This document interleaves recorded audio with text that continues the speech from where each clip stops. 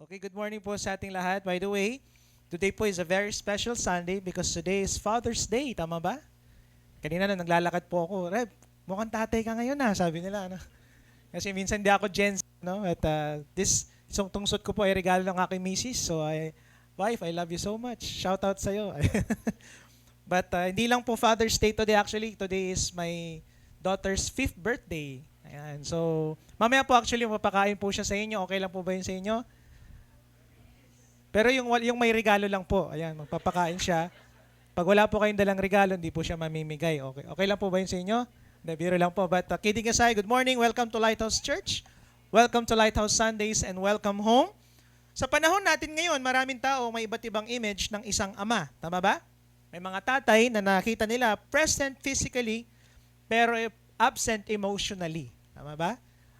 Diyan naman sila, nakikita mo. Pero when it terms to sa emotional things ay mukhang naka-detach sila. May mga tatay din na provider but they are not leader. Okay? May mga tatay naman na gustong gawin ang tama pero hindi nila alam kung paano maging isang ama. Okay? But kung hahanapin natin po ang unang-unang ama sa kasaysayan, hindi tayo magsisimula kay Abraham, kay Noah, pero magsisimula tayo sa pinakaunang ama in the Bible and his name is Adam. At nakakagulat dahil ang unang pamilya sa mundo ay hindi perfect, bangabat perfect yung creation, pero hindi perfect yung unang pamilya. Nagkaroon sila ng failure, okay, conflict, matinding heartbreak. Pero sa kabila nito, may mga mahahalagang aral tayong matututunan sa kanilang buhay, especially sa pagiging ama. Okay ba yun? So as I was preparing a message, especially today, sa ating Father's Day celebration, okay, nilagay ako ni Lord sa isang mama ng pangalan na si Adam. So join me on my message today entitled Adam, the First Father. Ayan. Hindi ko na po nilagay yung buong itsura niya. Alam niyo naman po, wala silang damit noon. Tama ba? So yan lang nilagay ko itsura. Okay? So Adam, the First Father. Palapakan natin ang Panginoon. Let's pray. Father, we thank you for today. We're so grateful, God, to be in this place, in this house. At whatever we are experiencing today, God, dalangin po namin na to grow, to learn. Especially, Lord, sa kwento ng hindi perfect, but mahal mong mga pamilya. Especially sa buhay ng isang ama, katulad ni Adam, Panginoon. Bagamat maiksi ang kwento ng Bible patungkol sa kanya, walang masyadong details, but we ask, Lord, that you would give us wisdom to understand. Kunin yung mga lessons at yung mga pangit na ipinakita ay wag nang gagayahin. Pagpalain niyo po ang bawat isa, especially ang mga tatay namin. In Jesus' name we pray. Everybody says, Amen. Who is Adam? Sino si Adam? Okay? According to Scripture sa Old Testament, Adam is created directly by God from the dust of the ground.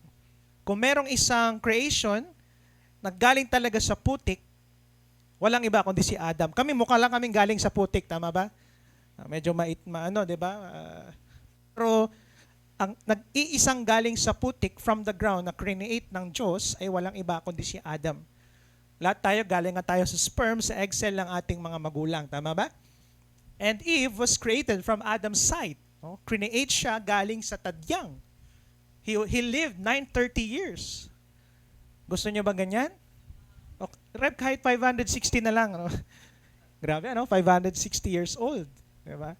Siguro, loging-loging dyan, ang government, yung, di ba, 100 years old.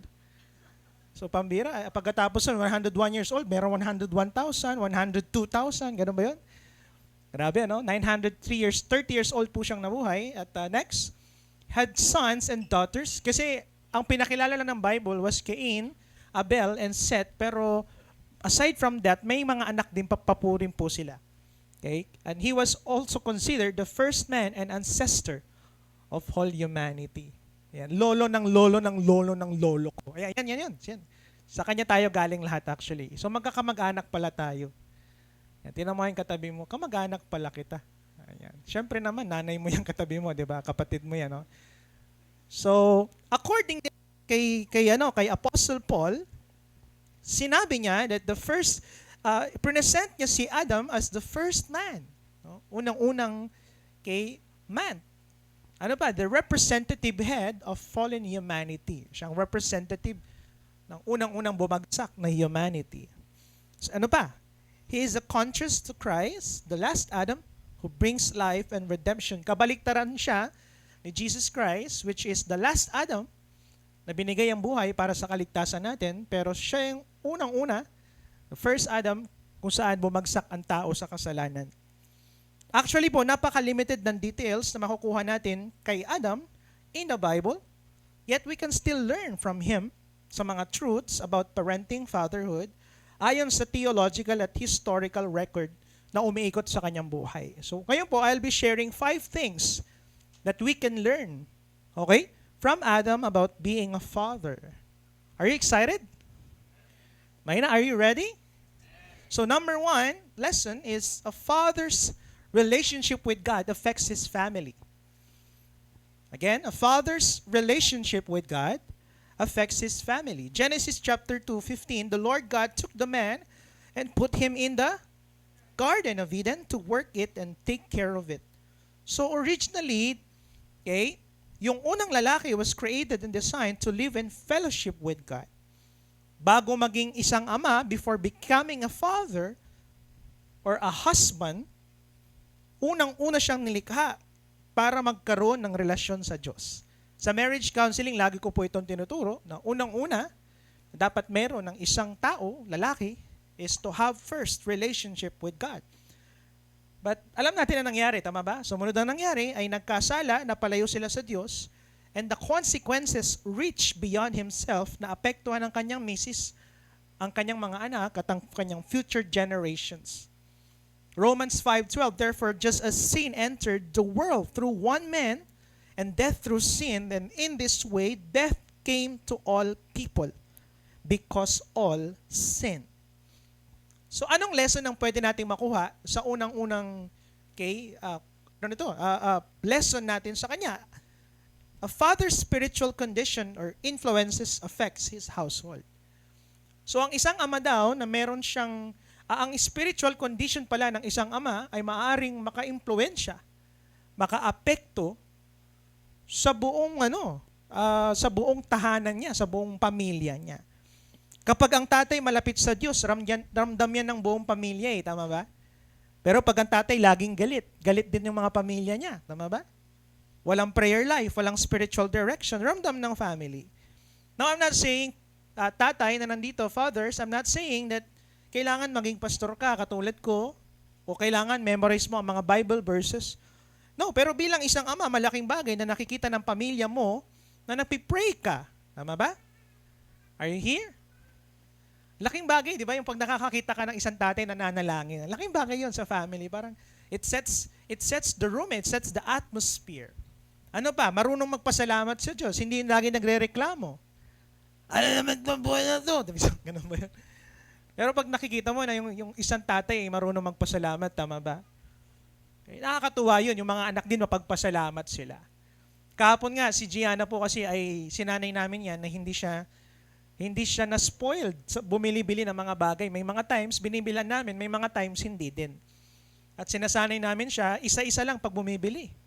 So nagulat yung mga kasi nag-celebrate kami ng birthday niya yesterday. Nagulat sila, bakit? Kasi yung mga nagbebenta doon, sabi ko, bili siya ng 5 kasi 5th birthday. Pero parang na-pressure ako. Parang pag 6th birthday, 6 din ba na regalo? Parang last na to. So, 5, niregaloan ko siya ng 5 regalo. So, namili siya. Ayaw niya. Gusto niya 2 lang. No, it's just 2. At grateful na siya. Diba? It only shows. Actually, ganun din naman kami ni Pastora Jobel okay lang kahit 2, 3 regalo. Okay lang sa amin. Hindi naman kami especially ngayong fathers, hindi po kami masyadong biro lang, Pero nagre-reflect yun sa anak mo tama ba? Nakikita nila yung pagpapagpasalamat ka, nagiging mapagpasalamat din sila. Ano pa? Ang sarap makita ng isang ama ay humihingi ng tawad. For example, may mga tatay na galit, di ba? Yung mali pala yung yung naisip niya, parang minsan hindi na magsasalita yan. Bakit? Nakakaya naman kasi humingi ng sorry, di ba? Sa anak mo, sa misis mo, baka tatawanan ka pa ng misis. Sabi ko na, ikaw na yung mali. Ayun, ayaw nating magsabi ng ganun. At nagtitiwala at umaasa sa Diyos. Alam niyo po, isa sa pinakamagandang legacy na may iwan mo bilang isang ama ay ang halimbawa ng isang taong nabuhay at naglakad kasama ang Diyos. One of the things, di ba, na pinakamagandang legacy na maiwan mo sa family mo is that you walk with God. Yung buhay, your life. And you walk with God. Palapakan natin ang Panginoon. Number 2, fathers must accept responsibility. Can you say with me? Responsibility. The man said, "The woman you put here with me, she gave me some fruit from the tree and I ate it." So alam natin yung story, tama ba? Kumain si Eva, ba't Adan. Kumain eh. So sabi niya, pagkakain niya ganon, binigay niya sa misis niya, ay sa asawa niya, kay Adam, kumain din. Nung tinanong sila ng Panginoon, "Why did you eat the fruit?" Sabi ni Adam, "Ito kasi yung misis na binigay mo sa akin eh. Lord, alam mo, ba't sira yung pamilya namin? Kasi yung misis na binigay mong asawa ko eh." Yun, nasisi siya. Sinisi niya yung misis niya eh. Syempre, yung babae, nagsisi rin siya, sinisi niya yung ahas. Yung ahas, walang nakitang iba eh. Ahas ka talaga. So, anong nangyari? Actually, alam niyo bang ahas noon ay lumilipad? Imagine, makakita ka ng ahas sa lumilipad ngayon, di ba? O yung ahas, ganun yung ahas, ano? Sabi niya, hindi ko alam pero mukhang may paa siya eh. Pero sinabi doon, magmula ngayon, sabi niya, gagapang ka sa yung tiyan. Actually, nasama sila sa sumpa. Hindi naman talaga sila yung may kasalanan eh, no? Ginamit lang sila ng kaaway. So, nung nagkasala si Adam, unang ginawa, sinisi si Eve. Pero kahit anong dahilan ni Adam, siya pa rin ang pinanagot ng Panginoon Diyos. Tingnan nyo, Romans 5:19, "For just as through the disobedience of the one man," it doesn't say one woman or the first creation, it only says one man. Okay? The many were made sinners. Dahil po kay Adam, tayong lahat ngayon ay naging makasalanan na. At lahat ng ipapanganak pa. Makasalanan tayo by nature. Okay, bakit kaya nangyaring gano'n? Sa tingin niyo, bakit kaya ang sinisi? Hindi naman, si Eva namang may kasalanan, tama ba? Naisip niyo po ba yun? Alam niyo kung bakit? Tayo sa akin, bakit? Kasi yung instruction na huwag kumain ay binigay kay Adam. Sa kanya sinabi. Wala pa naman si Eve ng panahon na yun eh. Sabi niya, pwede niyong kainin lahat sa garden na ito, but do not eat the fruit of the tree of the knowledge of good and evil. Anong pinag-aaralan ko po yun? Hindi lang pala yun fruit eh. It's the fruit na magiging katulad mo ang Diyos. Minsan ganyan ang gusto natin, di ba? Gustong-gusto natin maging katulad natin si Lord. Alam mo kung paano siya mag-isip or what. So it's about trust eh. Hindi sila nagtiwala. Nagtiwala sila na, gusto ko rin maging katulad ng Diyos. So to make the long story short, bumagsak ang tao. You know what? Instead na humingi ng tawad, he attempted to shift the blame. Sometimes ganyan tayo eh, di ba? Sinisisi natin sa iba. Ba't nangyayari mga bagay-bagay sa buhay natin? Sa culture natin, usong excuses, right? Busy kasi ako eh, kaya hindi ko naalagaan yung pamilya ko. Ganito kasi ako pinalaki ng tatay ko eh. Wala kasi yung nagturo sa akin ng tatay, kaya ganito ako pagiging natatay. So, anong lesson ang pwede nating makuha? You know what? Strong fathers admit failures and seek restoration. Ang totoong matapang, malakas na ama ay yung marunong mag-admit na nagkakamali din siya. Are you here? Parang lungkot niyo mga tatay. Okay lang ba kayo? Sabi nga nila, paano mo daw malalaman na nasa tamang tao ka na? Pag lagi ka na daw mali, tama ba? So kung lagi ka nang mali, dapat umamin ka na, tama ba? Ang tunay na ama hindi yung nagkakamali, ay yung hindi nagkakamali. Ang tunay na ama ay yung marunong magsabi ng anak, sorry ah. Tama ba? Ang hirap yun eh, pag sa isang lalaki, yung kahit hindi naman masal-masulan, di ba? Pero parang, ang hirap sabihin yung sorry. Parang isang as a man, as a father, ang hirap yun. Pero pag nakarinig ka ng tatay na nagsabi ng sorry, pambira, laking change yun. Laking yun, di ba? Blessing yun. Han, patawarin mo ako. Mali kasi ako eh. O kaya Lord, kailangan ka namin. Pag yung tatay nagsabi nun kay Lord, pambira. Bang klase yun. So biblical fatherhood requires ownership, humility, and repentance rather than excuses. So mga tatay, wag puro amen, amin din. Tama ba? Sabi mo sa katabi mo, wag puro amen. Amin din. Oo, amin. Tama ba? Ang sarap nung umamin eh. Umamin ka na hindi mo alam, hindi mo kaya, nagkamali ka. And one of the greatest marks of maturity is responsibility. No? So nagawa mo man yun, may mali ka mang nasabi, may mali ka nga nagawa, eh di admit mo. Sign yun na matured ka. Pero yung biniblame mo lagi sa iba. Ako po isa sa mga lessons na natutunan ko in life that shows, di ba, na nagmamatured ka. Every time may nangyayari sa buhay ko, it could be in the family, in the church, na hindi maganda, I always ask myself, ano kayang contribution ko? Bakit kaya nangyari yun? Minsan kasi di tayong ganun, di ba? Pag may nangyaring hindi maganda, kasi kasalanan niya to, kasi kasalanan ni Gay. Tama ba? Pero malaking bagay that shows that nagmamature ka na is you always ask, ano ba yung naging pagkakamali ko din? So that I can also improve. Okay ba yun? Again, sabihin mo sa katabi mo, wag puro amen. Oh, amin ka din, ha? Amin. Oh, amin. Okay. Pangatlong lesson natin is a father provides spiritual instruction. Genesis 4:3-4, in the course of time, Cain brought some of the fruits of the soil as an offering to the Lord. And Abel also brought an offering, fat portions from the sum of the firstborn of his flock. Nakakatawa itong verse na ito eh. Merong ang tawag sa ganun, may distinction eh. Sabi dito, nagdala si Cain ng fruits, ng ilang mga fruits sa mga tinanim niya, in-offer niya kay Lord. At si Abel naman, nagdala daw ng offering, yung pinaka-matabang offering at firstborn ng kanyang flock. Pinag-aaralan ko ito, bagamat wala namang sinabi o direct command si Lord na mag-sacrifice yung dalawang magkapatid, but they did it anyway. Alam niyo kung bakit? Kasi ayon sa scholars, mukhang naipasa nila ito sa kanilang mga anak.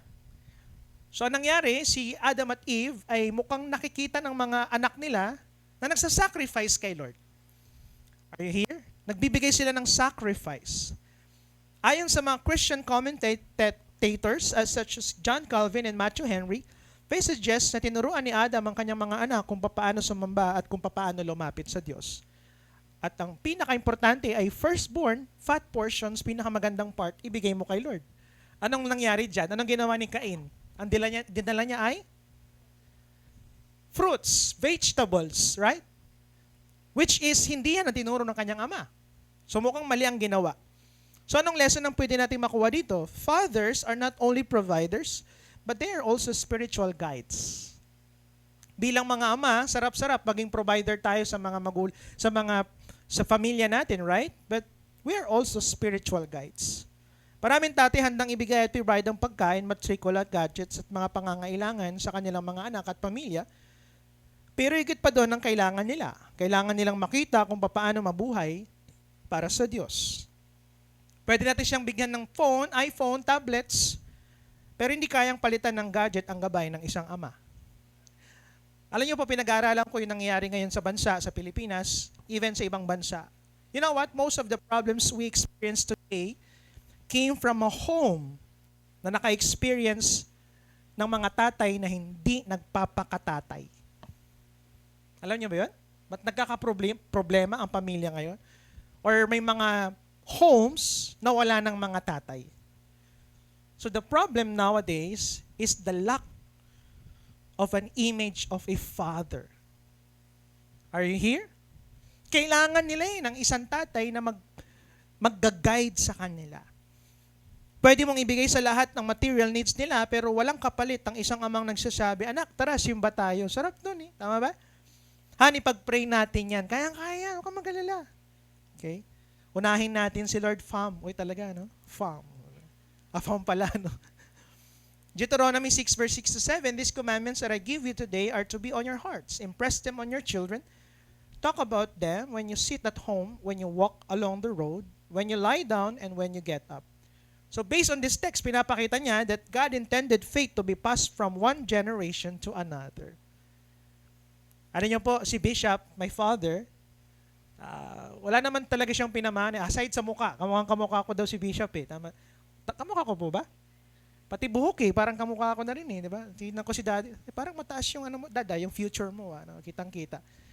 Mana ko na rin eh, tama ba? Pero alam niyo, wala naman silang pinamana sa aming mga mga properties or anything. Even tong church ito ay pinant natin eh, di ba? But one of the things that natutunan ko na so proud ako na pinamana ng magulang ko is their faith with God. Diba? Alam mo, dami nating pwedeng ipamana bilang isang tatay, but pinakamagandang may pamana natin ay yung ating pananampalataya sa Diyos. Amen? Mamaya magpo-post ako ng video na hindi ko makalimutan yun eh. Yung video po nung kumakanta ako, katabi ko si Bishop, tas si Gianna nag-worship. Nag-worship kami tatlo, 3 generations worshiping God. Sarap ano? Ganda nung ganon. Okay. At pangapat, malapit na ako matapos, is even good fathers experience heartbreak. Fourth lesson is even good fathers experience heartbreak. Genesis 4:8, now Cain said to his brother Abel, parang pangit to, Abel. Kasi Abel ka eh. Abel pala. Let's go out to the field. While they were in the field, Cain attacked his brother Abel and killed him. Alam niyo, bilang isang ama, hindi ko pa na-experience at alam ko hindi na natin ma-experience. Wala sigurong pinakamasakit sa pakiramdam bilang isang ama na mawalan ng isang anak. Tama ba? Ang hirap nun. Mawalan ka ng isang anak. Kahit marami ka pang anak eh. Mawalan ka ng isang anak, masakit yun. Na-experience yun ni na Bishop. Actually, kami po ay 7 sana kami magkakapatid. Namatay po yung panganay namin at bunso. No? Lalaki at babae. No? Yung panganay ay babae. Yung bunso namin lalaki. Kaedad sana ni Emmanuel eh. No? Naalala ko si Emmanuel, kaedad ito eh. No? So, wala namang connection si Emmanuel. Ilang, kaedad lang niya. So, sana tayo. Ang hirap eh. Hindi ko alam kung, correct me if I'm wrong, but when yung panganay namin ay namatay, I think parang nagpahinga si Bishop ng 1 taon sa ministry.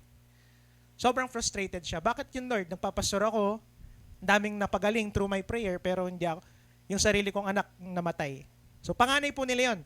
Nung panahon niyon, ang buhay na po si Kuya Kenneth, Kuya Mike, tapos yung panganay namin. Babae po yun, yung panganay. Sabi nga ni Mami Telma, pag grabe daw yun, stricto daw yun. Pag may mga sa church daw yun, hindi nakataas yung kamay, tapos nag-worship, kuko daw ng upuan yun, tataas yung mga kamay nila. Ganun nyo. Si Janice Love po pangalan, Janice Love. Okay? Pero alam mo mas masakit kay ano? Alam mo mas masakit kay Adam? Hindi lang siya namatay ng anak eh. Pero yung anak niya mismo ang pumatay sa anak niya. Tama ba? Very controversial. The first family was so controversial. Na-record po ang unang-unang tragedy at na-record ang unang-unang funeral ng isang ama. And that's the life of Adam.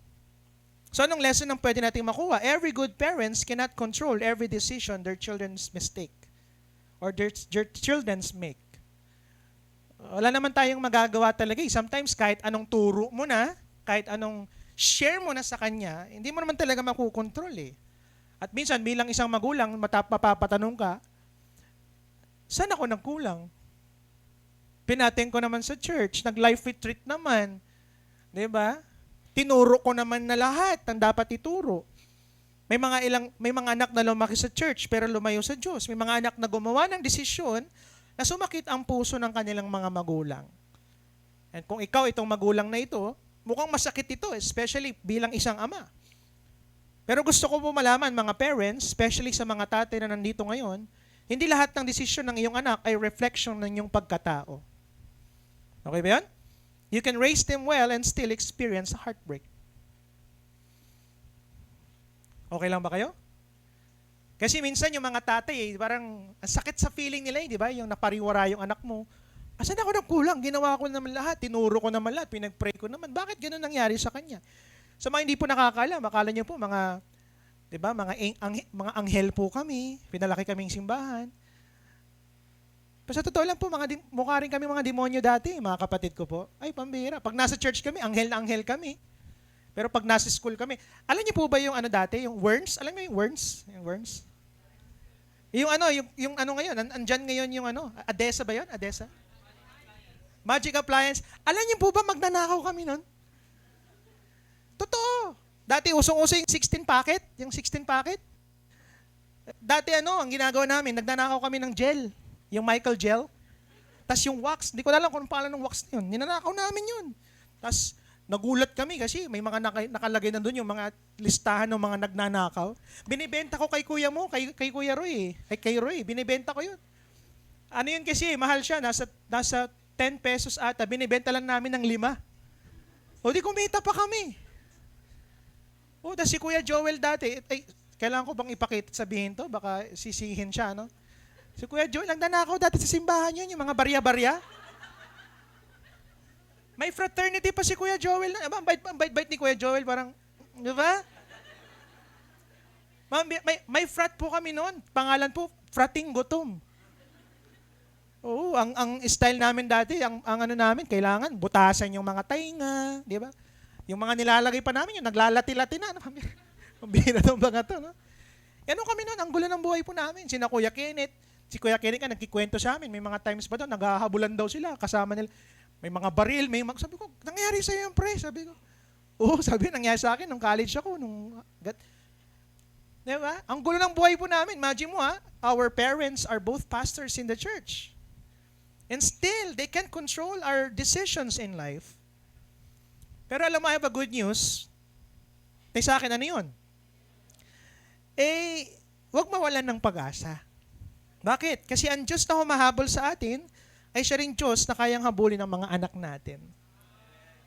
Nakakatawa, bakit? Kasi sa gitna ng gulo ng buhay namin, salamat na lang kasi hindi lang kami pinalaki ng mga magulang namin ng kanilang mga wisdom, ng mga turo nila, pero nilapit nila kami sa Diyos at sa panalangin. Kaya nakakatuwa nga sa gitna ng kalokohan namin, di ba? Ngayon, nasa church kami lahat. Bumalik kami sa Panginoon lahat. Naglilingkod po ako ngayon sa Lord. At hindi lang yun, alam nyo ba yung mga anak namin ngayon, tinitrain na sila, mga next generation worship leaders. Diba? Sina Cyrus, drummer yun eh. Kaliwete lang si Cyrus eh. Nagda-drum siya, nahihirapan siya kasi dito yung isang kamay niya eh. Sina Rich, sina ano. Diba? We can't control eh. But I have a good news kasi kung kaya ni Lord baguhin yung buhay natin, kayang-kayang baguhin yung mga anak natin. Pero hindi lagi yung pagkakamali ng mga anak mo ay nag-define kung sino ka bilang isang ama. Okay ba yun? And number 5 is this: failure is not the end of God's story. Nakita natin na nangyari, tama ba? Nag-fail siya bilang isang asawa. Pangalawa, nag-fail siya bilang isang anak. Isang magulang, isang ama. Ang sakit nun, tama ba?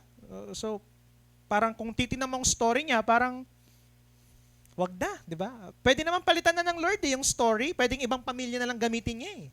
But I have a good news. Genesis 4:25, Adam made love to his wife again, and she gave birth to a son and named him Seth, saying, God has granted me another child in place of Abel, since Cain killed him. Alam niyo ba na yung nawalang anak ay pinalitan ng Panginoon ng bagong anak at ang pangalan po ay si Seth. At sa gitna ng sakit, may bagong simula. Sa gitna ng pagkawala, may pag-asa. At mula sa linya ni Seth ay dumating ang mga susunod na henerasyon. At alam niyo ba si Jesus Christ ay galing po sa genealogy ni Seth. Yung ating manlilikha, yung ating tagapagligtas, galing po sa linya, sa family tree ng isang pamilyang nagpapatayan, hindi perpekto, pero merong grasya ng Diyos. Amen? Anong lesson ang pwede nating makuha dito? Ang failure ay hindi final kapag kasama mo ang Diyos. So tatay, don't tell me, you're a failure dad.